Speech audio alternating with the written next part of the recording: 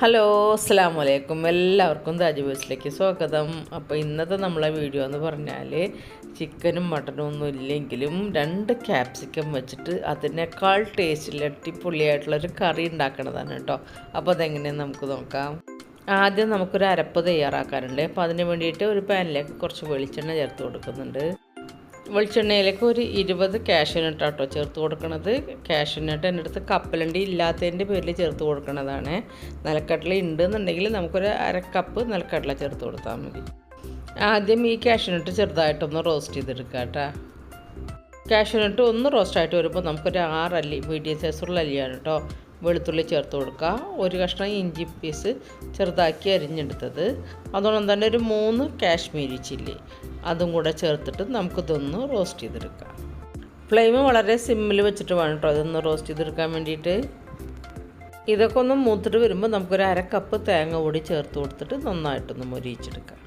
ഇപ്പോൾ തേങ്ങയൊക്കെ റോസ്റ്റായിട്ട് വന്നിട്ടുണ്ട്. ഇനി നമുക്കിതൊന്ന് തണുക്കാൻ വെച്ചതിന് ശേഷമേ നമുക്ക് മിക്സിയുടെ ജാറിലിട്ടിട്ട് ഒന്ന് പൊടിച്ചെടുക്കാം കേട്ടോ. മിക്സിയുടെ ചെറിയ ജാറിലിട്ടിട്ട് വെള്ളമൊന്നും ചേർക്കാണ്ട് ആദ്യം ഇതൊന്ന് പൊടിച്ചെടുക്കുക. പൊടിച്ചെടുത്ത അരപ്പിലേക്ക് നമുക്ക് 2 തക്കാളി കൂടി അരിഞ്ഞത് ചേർത്ത് കൊടുത്തിട്ട് നമുക്ക് അരച്ചെടുക്കാം കേട്ടോ. അപ്പോൾ തക്കാളിയുടെ വെള്ളം കൊണ്ട് തന്നെ അരിഞ്ഞിട്ടിക്കോളും, വെള്ളമൊന്നും വേറെ ചേർക്കണ്ട. നല്ല ടൈറ്റാണെങ്കിൽ മാത്രം കുറച്ച് വെള്ളം ചേർത്ത് കൊടുത്താൽ മതിയേ. ഇപ്പോൾ തക്കാളിയുടെ ജ്യൂസിൽ തന്നെ അത് അരച്ചെടുത്തിട്ട് വന്നിട്ടുണ്ട് കേട്ടോ. അപ്പോൾ ഇങ്ങനെയും ടൈറ്റായിട്ടുള്ളൊരു അരപ്പായാൽ മതി. ഇനി നമുക്കൊരു പാൻ അടുപ്പത്ത് വെച്ചിട്ട് അതിലേക്ക് കുറച്ച് വെളിച്ചെണ്ണ ചേർത്ത് കൊടുക്കട്ടെ. വെളിച്ചെണ്ണ ഓയിൽ നിങ്ങളുടെ ഇഷ്ടംമാതിരി ചേർക്കുക.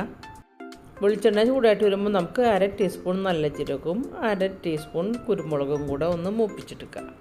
അതിലേക്കൊരു മീഡിയം സൈസ് സവാള വളരെ നേരിയതാക്കി അരിഞ്ഞെടുത്താണ് കേട്ടോ, അത് ചേർത്ത് കൊടുത്തിട്ട് നമുക്കതൊന്ന് വഴറ്റി കൊടുക്കാം. ഇനി കറിക്ക് ആവശ്യമുള്ള ഉപ്പും കൂടി ചേർത്ത് കൊടുത്തിട്ട് ഇത് നല്ലൊരു ഗോൾഡൻ കളറാണ് വരെ നമുക്കൊന്ന് മുരിച്ചെടുക്കണേ. ഞാനിവിടെ ചേർത്ത് കൊടുത്തിരിക്കുന്നത് 1 ടീസ്പൂൺ ഉപ്പാണ് കേട്ടോ, അത് കറിക്ക് നല്ല കറക്റ്റാണ്.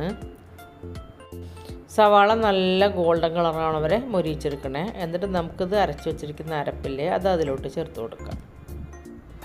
ഇനി അരപ്പും സവാളയും കൂടെ നന്നായിട്ടൊന്ന് വഴറ്റിയെടുക്കണം കേട്ടോ. അപ്പോൾ ഈ അരപ്പിൻ്റെ പച്ചമണമൊക്കെ ഒന്ന് പോണ വരെ നന്നായിട്ടൊന്ന് വഴറ്റിയെടുക്കുക. നല്ലതുപോലെ ആദ്യം ഒന്ന് മിക്സ് ചെയ്തെടുക്കുക.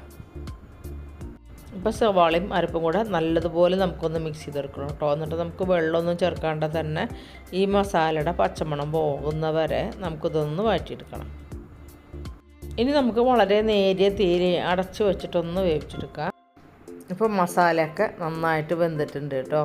നമുക്കതിലേക്ക് കുറച്ച് പൊടികൾ ചേർക്കാനുണ്ട്. 1/4 ടീസ്പൂൺ മഞ്ഞൾപ്പൊടി, 1/2 table spoon Kashmiri chilli powder കേട്ടോ ഞാൻ ചേർത്ത് കൊടുക്കുന്നത്. എരിവുള്ള മുളക് പൊടിയാണെങ്കിൽ 1 ടീസ്പൂൺ ചേർത്താൽ മതി. ഞാനിവിടെ ചേർത്ത് കൊടുക്കുന്നത് 1/2 ടേബിൾ സ്പൂണാണ് കേട്ടോ. 1/2 ടേബിൾ സ്പൂൺ തന്നെ മല്ലിപ്പൊടി, കസൂരി മേത്തി നന്നായിട്ട് റോസ്റ്റ് ആക്കിയിട്ട് പൊടിച്ചതാണ്, അത് 1/2 ടേബിൾ. ഇനി പൊടികളും അരപ്പും കൂടെ ഒന്ന് നമുക്ക് വഴറ്റിയെടുക്കാം കേട്ടോ. പൊടികളുടെ പച്ചമണം പോകുന്ന വരെ ഒന്ന് വഴറ്റിയെടുക്കുക. തിരി എപ്പോഴും കുറച്ച് വയ്ക്കുക കേട്ടോ. ഇനി നമുക്ക് കറിയിലോട്ട് വെള്ളം ചേർക്കണം. അപ്പം ഞാൻ മിക്സി കഴുകിയെടുത്ത വെള്ളം കേട്ടോ ഇത്, നമ്മൾ അരപ്പുണ്ടാക്കിയില്ലേ അതൊരു 1.5 കപ്പോളം ഉണ്ട്. അപ്പോൾ അതാണ് ഇതിലോട്ട് ചേർത്ത് കൊടുക്കുന്നത്. നിങ്ങൾക്ക് കറിക്ക് എത്രയാണോ തിക്നെസ് വേണ്ടത് അതിനനുസരിച്ചുള്ള വെള്ളം ചേർത്ത് കൊടുക്കട്ടെ. നമ്മൾ കാഷ്യൂനട്ടൊക്കെ ചേർത്ത് കൊടുത്തതിൻ്റെ പേരിൽ കറി നല്ല തിക്കായിട്ട് തന്നെ വരും കേട്ടോ. അപ്പോൾ ഞാനിവിടെ 1/2 കപ്പും കൂടെ വെള്ളം ചേർത്ത് കൊടുക്കുന്നുണ്ട്. ഇനി നമുക്കിത് അടച്ച് വെച്ചിട്ട് നേരിയ തീയിലൊന്ന് വേവിച്ചെടുക്കുന്നുണ്ട്. അപ്പോൾ വേറൊരു അടുപ്പിൽ നമുക്ക് നമ്മുടെ ക്യാപ്സിക്കം ഒന്ന് വഴറ്റിയെടുക്കും. അപ്പോൾ ക്യാപ്സിക്കം വഴറ്റാൻ വേണ്ടിയിട്ട് പാൻ ചൂടാകുമ്പോൾ കുറച്ച് വെളിച്ചെണ്ണ കേട്ടോ ചേർത്ത് കൊടുക്കും. വെളിച്ചെണ്ണ ചൂടായിട്ട് വരുമ്പോൾ 2 വലിയ ക്യാപ്സിക്കം കേട്ടോ. അപ്പോൾ ഇതേപോലെ വലിയ വലിയ പീസുകളാക്കി കട്ട് ചെയ്തെടുത്താണ്. അപ്പോൾ ഇത് ചേർത്ത് കൊടുത്തിട്ട് നമുക്കിതൊന്ന് വാട്ടിയെടുക്കണേ. പച്ച ക്യാപ്സിക്കം കറിക്കകത്ത് ചേർത്ത് കൊടുത്തിട്ടുണ്ടെങ്കിൽ ഒരു ടേസ്റ്റ് ഒരു വേറെ ആയിരിക്കും കേട്ടോ. അപ്പോൾ ജസ്റ്റ് ഇതൊന്ന് വാട്ടിയെടുക്കുക. ഒരുപാട് വെന്തലിയൊന്നും വേണ്ട, ഒന്ന് വാട്ടിയെടുത്താൽ മതി. അപ്പോൾ ക്യാപ്സിക്കത്തിന് കൂടുതൽ വേവൊന്നും ഇല്ലാത്ത ആളാണ് കേട്ടോ. അപ്പോൾ അത് കാരണം ജസ്റ്റ് ഒന്ന് വാട്ടിയെടുത്താൽ മാത്രം മതി. ഇനി നമ്മുടെ അരപ്പ് എന്തായെന്ന് നോക്കാം കേട്ടോ. അപ്പോൾ അത് അരപ്പൊക്കെ നന്നായിട്ട് സെറ്റായിട്ട് വന്നിട്ടുണ്ട്. നല്ലതുപോലെ മെഴുക്കൊക്കെ തെളിഞ്ഞിട്ട് വന്നിട്ടുണ്ട് കേട്ടോ.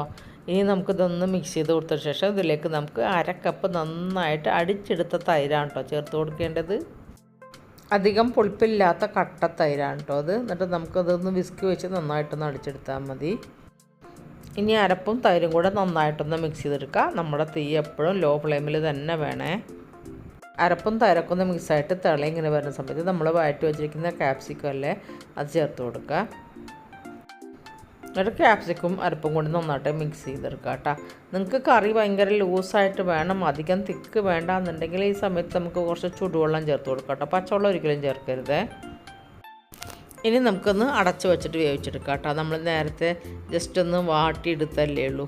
അപ്പോൾ ഇതൊന്ന് അടച്ച് വെച്ചിട്ട് നേരിയ തീയിൽ തന്നെ ഒന്ന് വേവിച്ചെടുക്കുക. നല്ല അടിപൊളി ടേസ്റ്റുള്ള കറിയാണ് കേട്ടോ. ശരിക്കും നമ്മൾ ചിക്കൻ കറി നല്ല മട്ടൻ കറിയൊക്കെ കഴിക്കണം അതേ ടേസ്റ്റിലാട്ടോ ഈ കറി വരുന്നത്. കാരണം നമ്മൾ ഇൻഗ്രീഡിയൻസും നമ്മൾ തയ്യാറാക്കുന്ന രീതിയും ഒക്കെ അതുപോലെയല്ലേ, നിങ്ങൾക്ക് കാണുമ്പോൾ തന്നെ മനസ്സിലാവുന്നുണ്ട്. അപ്പോൾ നമ്മളെ വീഡിയോ കണ്ട് ഇഷ്ടപ്പെടുന്ന എല്ലാവരും ഒന്ന് ലൈക്കും ഷെയറും കമൻറ്റൊക്കെ ചെയ്യണേ. ആദ്യമേ തന്നെ ലൈക്കൊന്ന് ചെയ്യുക.